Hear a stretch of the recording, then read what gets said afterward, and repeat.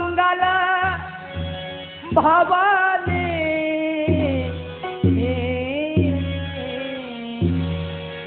मंगल भवानी अमंगल हरि हो।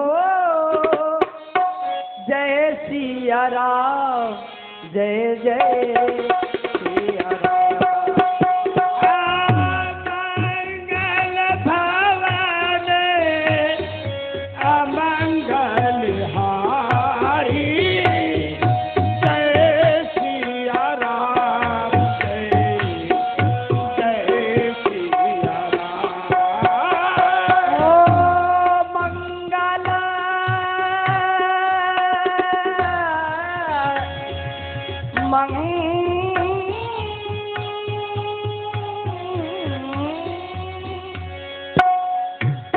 मंगल भवन अमंगल हारी हो। जय सिया राम जय जय सिया राम।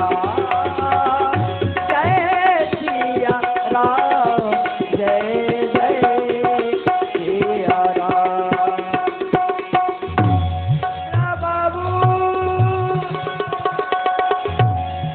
बाबू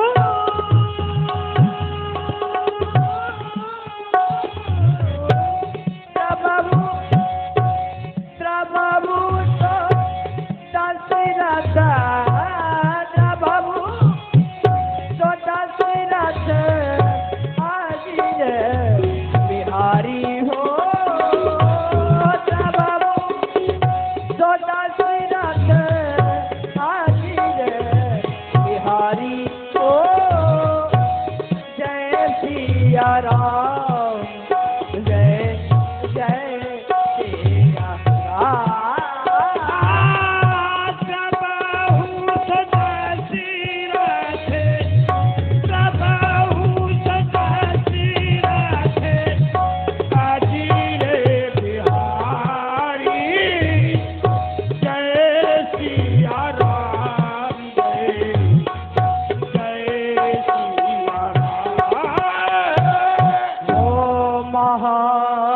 महावीर बिना वह हनुमान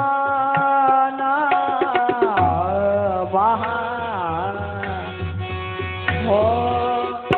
महावीर बिना वह हनुमान। जय सिया राम जय जय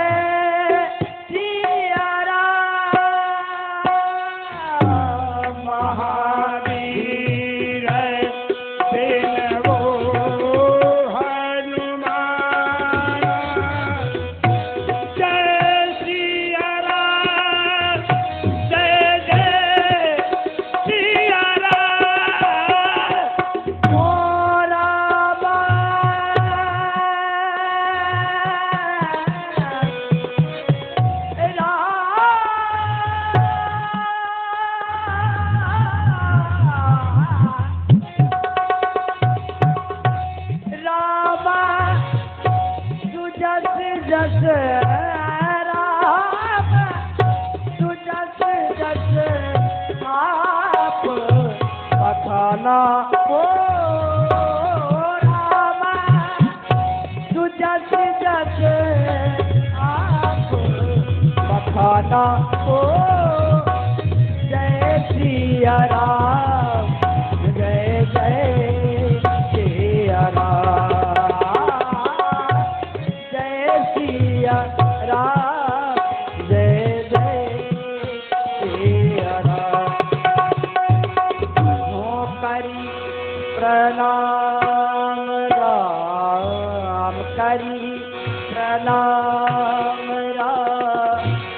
महित्र पुरारी करे करे करे प्रणाम राम। महित्र पुरारी जय सिया राम जय जय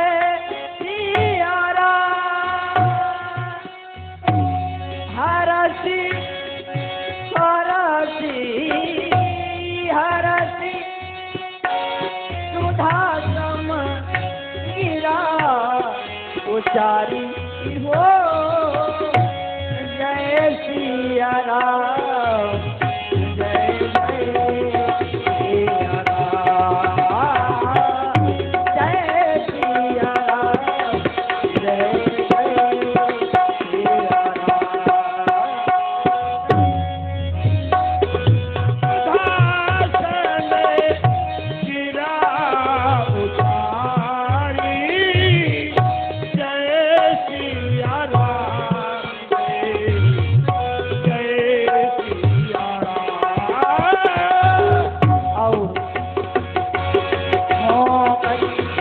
भोजन मुनिवर बेज्ञानी जय सिया राम जय सिया राम आगे कहन कछु कथा पुरानी जय सिया राम जय सिया राम भोजन मुनिवर बेज्ञानी जय सिया राम जय सिया राम आगे कहन कछु कथा पुरानी जय सिया राम जय सिया राम दिगंत दिवस गुरु दिगंत दिवस गुरु आय सुपाई राम जय जय हम संध्या करन चले तो भाई जय सिया राम जय सिया राम जय सिया राम जय सिया राम जय सिया राम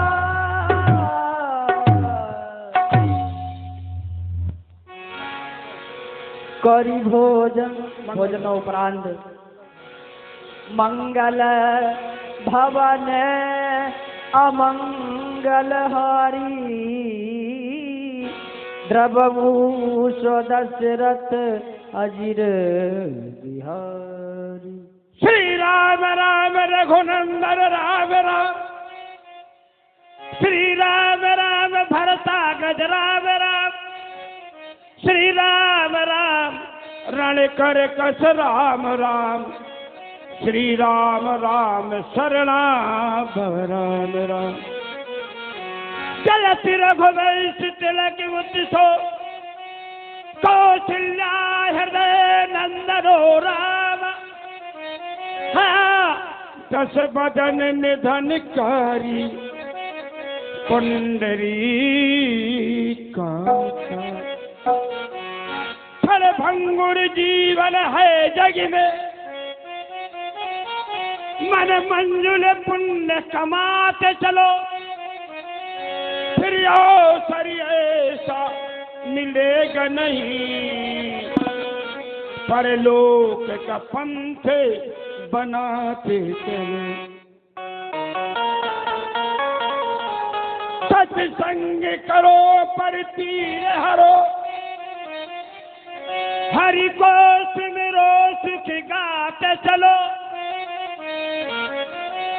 निशियान सदा श्री राम सदा श्री राम सदा नित्य गाते चलो पात वियोगी अगर तुलसी कबहू ससुराल न जाते जो तुलसी रत्नावल की फटकार न पाते फटकार न पाते जो तुलसी रघुनाथ के द्वार न जाते जो तुलसी भवसागर पर न जाते मंगल भवन अमंगल हारी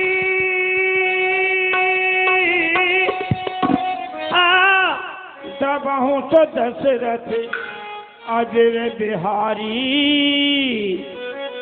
राम। भक्तजनों, आज बालकांड की प्रधान लीला यहाँ से प्रारंभ हो रही।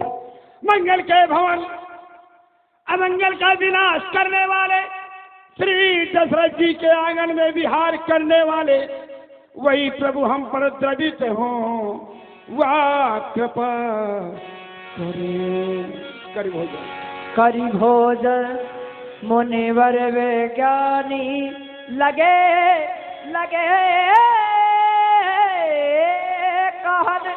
कछु कथा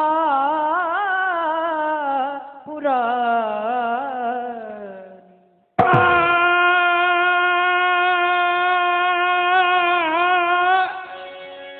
करी भोजन मुनिवर विज्ञानी। आज भोजन के पश्चात पौराणिक कथा कहने लगे, परंतु जो कल बीत गया विषय संग रघुवंश मणि करी भोजन विश्राम। कल भोजन के पश्चात विश्राम किया और आज भोजन के पश्चात पौराणिक कथा कहने लगे, परंतु कथा कहते कहते विगत दिवस गुरु आयस पाई संध्या करन चले दो भाई। पौराणिक कथा कहते कहते समय का ध्यान नहीं रहा। गुरु बाबा के पश्चिम की दिशा सूर्य भगवान जा रहे हैं। गुरु बाबा की आज्ञा को पा करके दोनों भाई संध्या के लिए चले। विगत दिवस गुरु आयस पाई संध्या करन चले दो भाई। ये संध्या है क्या? इसको नहीं, क्योंकि समय के जानकार हमसे ज्यादा कोई नहीं हो सकता। समय के जानकार सबसे ज्यादा मुनि विश्वामित्र जी है। संध्या है क्या? संध्या है ईश्वर के प्रति अपना समर्पण भाव। जिस क्षण के लिए आत्मा का परमात्मा से मिलन हो जाए वही क्षण तो संध्या। संधि अर्थात संध्या, संध्या अर्थात भजन।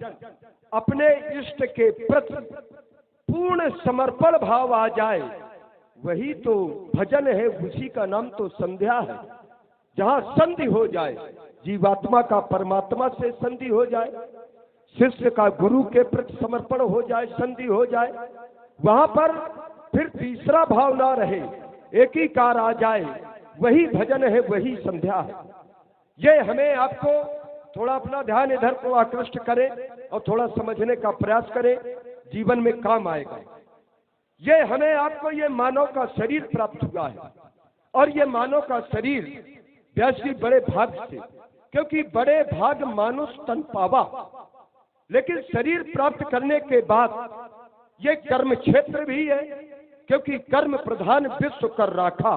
और प्रत्येक व्यक्तित्व ये चाहता है जो ईश्वर के प्रति समर्पण रखते हैं तो ईश्वर की प्राप्ति के लिए, जो भौतिक जगत में समर्पण रहते हैं तो सोचते हैं कि सांसारिक बड़ाई, सांसारिक प्रतिष्ठा हमें प्राप्त हो, चाहे आध्यात्मिक ऊंचाई हो उसको पाना चाहता हो कोई व्यक्ति, और चाहे भौतिक ऊंचाई हो, इन दोनों को पाने के लिए तन की अनुकूलता अति आवश्यक है। तन की ही नहीं, मन की भी अनुकूलता, क्योंकि कर्म के द्वारा दोनों ऊंचाइयों को हम प्राप्त कर सकते हैं, चाहे भौतिक ऊंचाई हो और चाहे ईश्वर की प्राप्ति की आध्यात्मिक ऊंचाई हो। जब हम कर्म करेंगे, लेकिन कर्म कैसे करेंगे? क्या केवल कहने मात्र से कर्म हो जाएगा?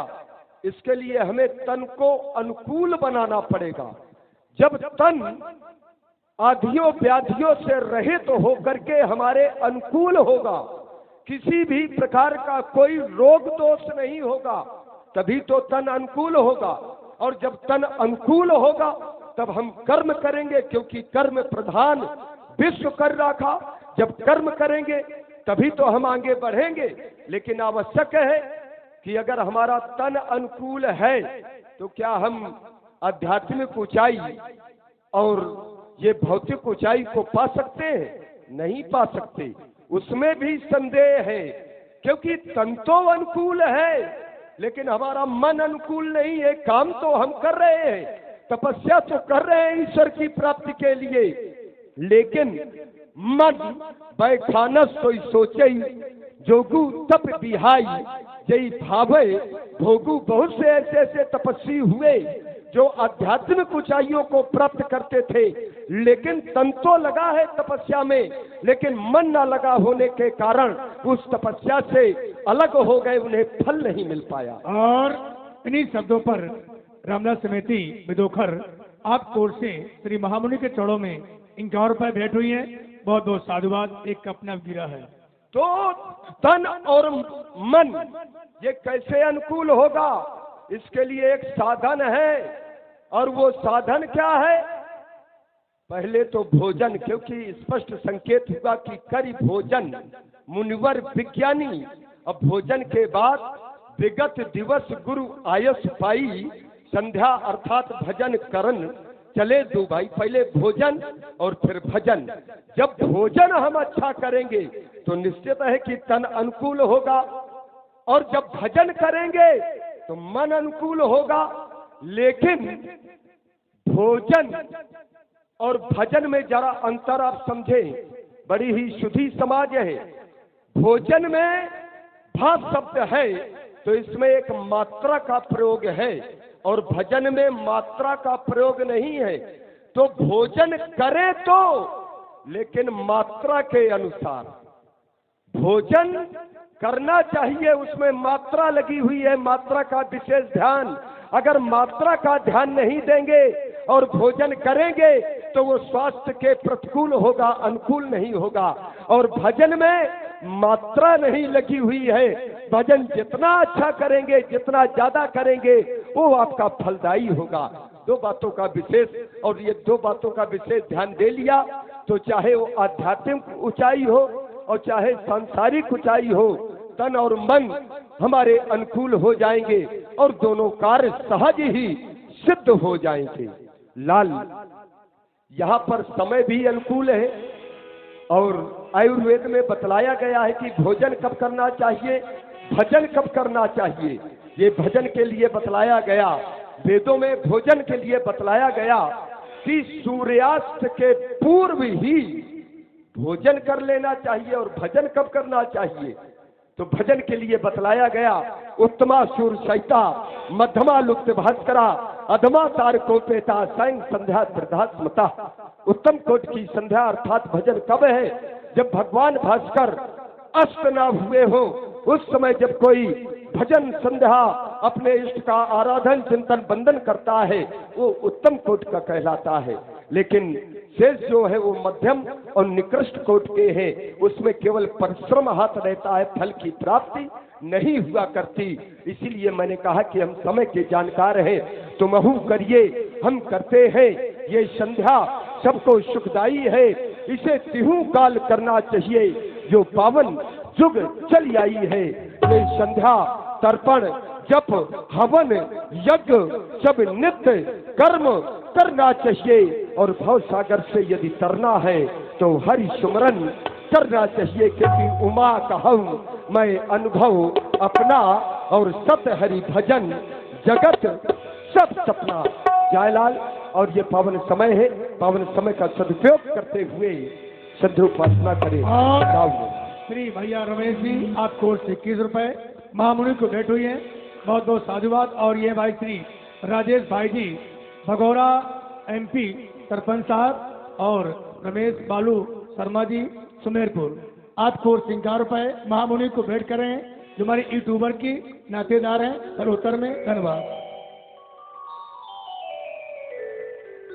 कुमार लक्ष्मण, नित्य की भांति आज भी हमारे परम पूज्य गुरुदेव भगवान के द्वारा हम दोनों बंधुओं को मां सती देवी के चरणों में वंदन, अभिनंदन एवं पूजन करने का आदेश प्राप्त हुआ है। लक्ष्मण, ऐसे गुरुदेव भगवान के द्वारा आदेश प्राप्त हुआ है